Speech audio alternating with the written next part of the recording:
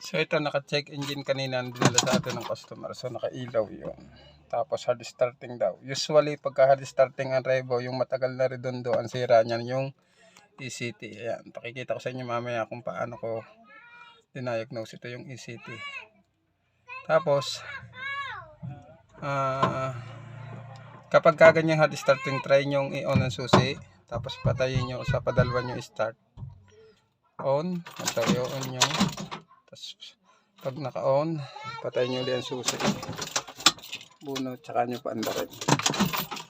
Para makonfirm nyo yung sira. Ayun, so okay na siya.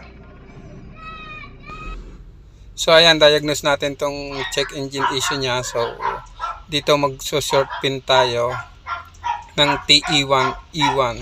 So dyan mababasa natin yung plus code. So yung first na plus nya, medyo mabagal, that represent tens, then yung sunod ay ones. Okay? So ayan, try natin. On ang susi, kapag nakakonect na yung TE1 E1, then kung mapapansin nyo, kakount natin yan. Okay? Second count natin. Antayin natin mag-plus yung ilaw. Naka-on ang susi. 1, 2, 1, 2. So, tingnan natin kung may iba uli. 1, 2, then 1, 2. It's represent 22. So, 22, ito yung tinatawag nating plus code. So, pag nakita na natin yan, pwede na natin hanapin sa internet kung wala tayong data niyan. Okay? So, ito yung 22 ECT. So, meron akong pang test part. So, kinabit ko yan. Nung kinabit ko yan, nung una, hindi siya nawala ang check engine. Dapat kasi pagka na-fix natin, automatic mawawala ang check engine. Then, nang makita ko, tinignan ko yung wiring, yung palang sakit umatras.